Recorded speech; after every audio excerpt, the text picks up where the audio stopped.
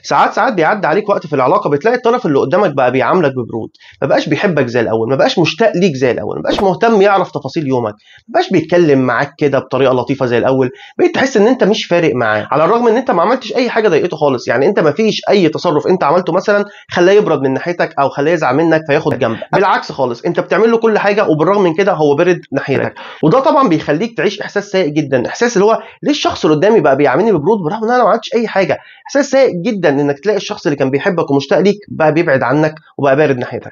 عشان كده انا جاي اقول لك في الفيديو ده لو انت لقيت الطرف اللي قدامك بقى بيعاملك ببرود فبكل امانه وللاسف فالطرف اللي قدامك شايف حاجه من خمسه، بس عايزك تطمن خالص لان في اخر الفيديو هقول لك ازاي تتصرف معاه عشان ما تعيش الاحساس السيء اللي انت عايشه دلوقتي.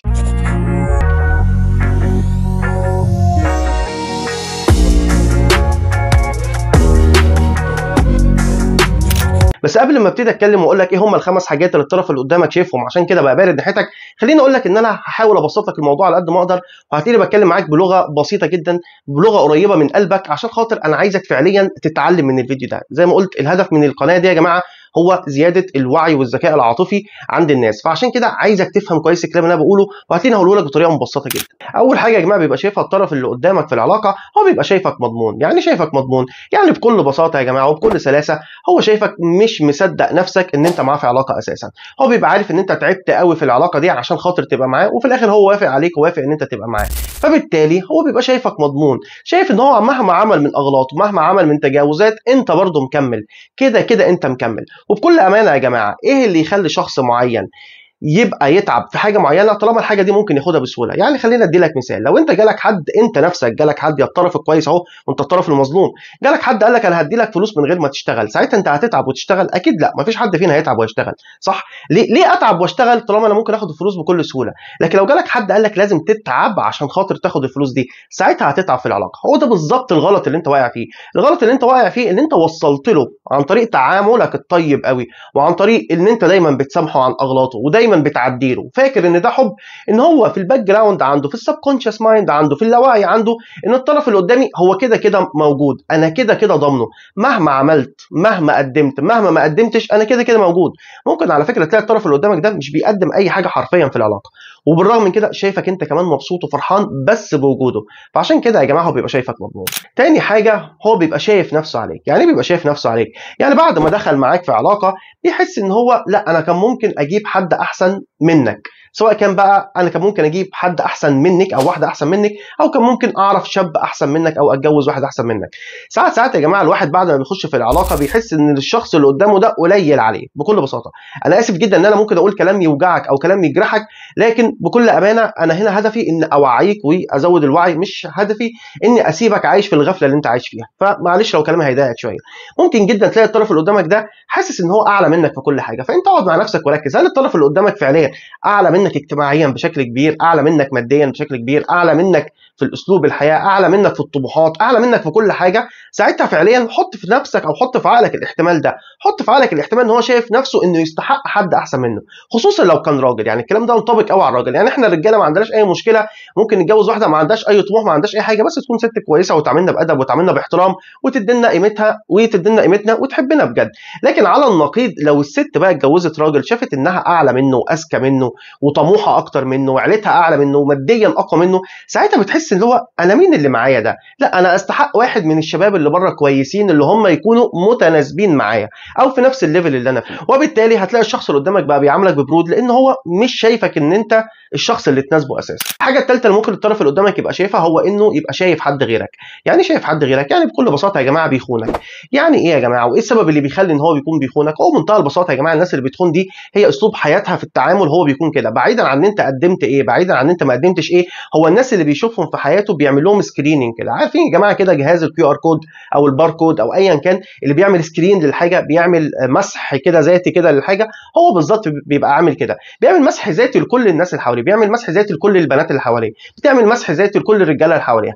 لو لقيت او لقى حد تاني مناسب اكتر منك بمنتهى البساطه هو مش فارق معاه اي حاجه، بيبيعك وبيروح للحد التاني. فبالتالي هو بيطلع طاقته مع الحد التاني، بيحب يقضي وقت مع الحد التاني، لان هو مش شايفك خلاص، هو شايف ان انت لا تصلح ليه، فبالتالي هو بقى بيطلع طاقته كلها مع الشخص التاني، فاكيد هيجي معاك انت هيعاملك ببرود، لان شايف ان مفيش اي داعي انه يطلع طاقته معاك. الحاجه الرابعه اللي ممكن بيبقى شايفها الشخص اللي قدامك هي فكره شايفك مؤقت. يعني شايفك مؤقت يعني منتهى البساطه انت حد تمبرري، انت مش حد بيرمننت، انت مش حد دايم، انت مش حد هكمل معاك حياتي.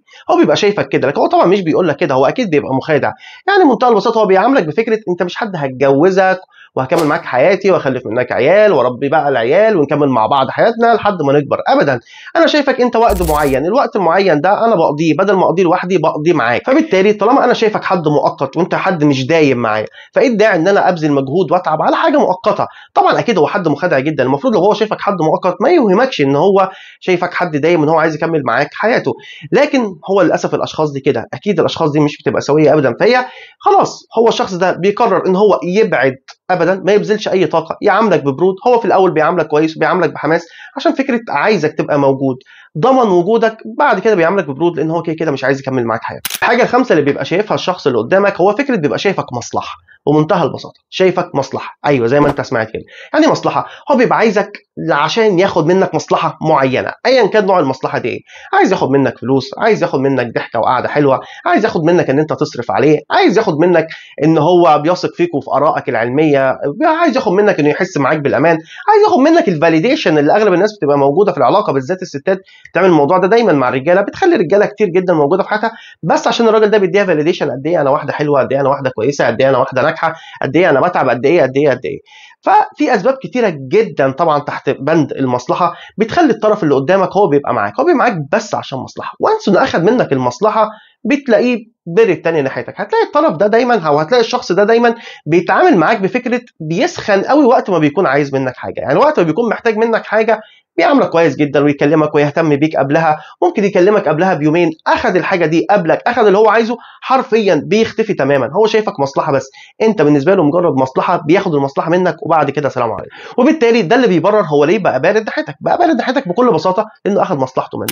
بس زي ما قلت لك في اول الفيديو خليك مطمن على الاخر، لان انا دلوقتي هقول لك ازاي تتعامل مع الشخص اللي بقى بيعاملك ببرود عشان ما تعيش الاحساس السيء اللي انت عايشه دلوقتي. اكيد طبعا لو انت عرفت هو شايفك اي حاجه من الحاجات الخمسه اللي انا قلتهم دول، فاكيد انت هتعرف تتصرف باسلوب احسن. بس خلينا ادي لك كده قاعده عامه كده تتعامل بيها مع الشخص ده، بعيدا بقى انت عارف هو كان شايفك مضمون ولا هو بيخونك مع حد تاني ولا ايا كان الاسباب دي كلها، ولا مصلحه ولا مؤقت. انا هقول لك على طريقه تخليك مرتاح خالص. اول ما بتلاقي الشخص اللي قدامك بقى بيعاملك ببرود، بمنتهى البساطه اتكلم معاه مره واحده بس، روح قول له هو انا طلع مني تصرف ضايقك خلاك تبعد عني او خلاك تعاملني ببرود؟ لان انا ملاحظ ان انت متغير دلوقتي. لو جه قال لك لا انت ما عملتش اي حاجه ايا كان بقى، لا مفيش اي حاجه عادي انا مش حاسس ان انا بعاملك ببرود، خلاص انت كده عملت اللي عليك في الحاله دي. في الحاله دي انا هطلب منك التالت، ده اللي انت لو عملته هترتاح جدا، وهي فكره انك تقطع معاه خالص. هو بيعاملك ببرود، عامله ببرود اكتر من البرود اللي هو بيعاملك بيه.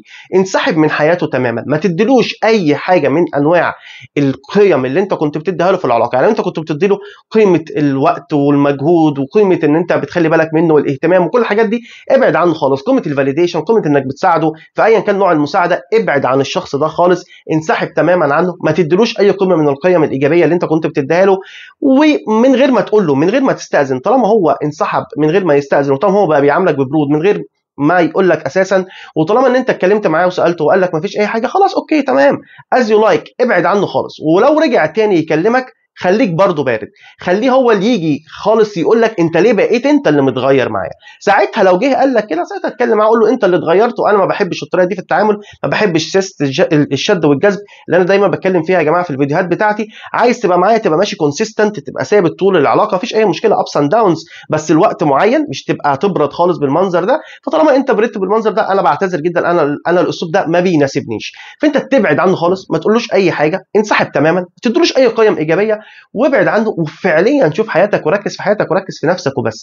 ساعتها حرفيا هو حاجه من اتنين، يعني ساعتها هو هيحس بالغلط بتاعه بجد، ويحس ان هو ليه عمل كده، فهيرجع يتكلم معاك وهيطلب منك الاعتذار ويطلب منك انك تسامحه، وهو فعليا مش هيعمل كده تاني. يا اما ساعتها هيفضل مكمل في نفس التجاهل وفي نفس البرود اللي هو فيه. ساعتها خليك عارف ان هو حد مش مناسب ليك، ودور ساعتها على حد تاني يناسبك احسن. ولو عايز تعرف ليه ساعات بيعدي عليك اوقات معينه طويله جدا بتلاقي نفسك بالك وتفكيرك مشغول بشخص معين، وشخص معين مش قادر تخرجه من تفكيرك ولا تبطل تفكير فيه، فشوف الفيديو اللي طالع قدامكم ده. السلام عليكم.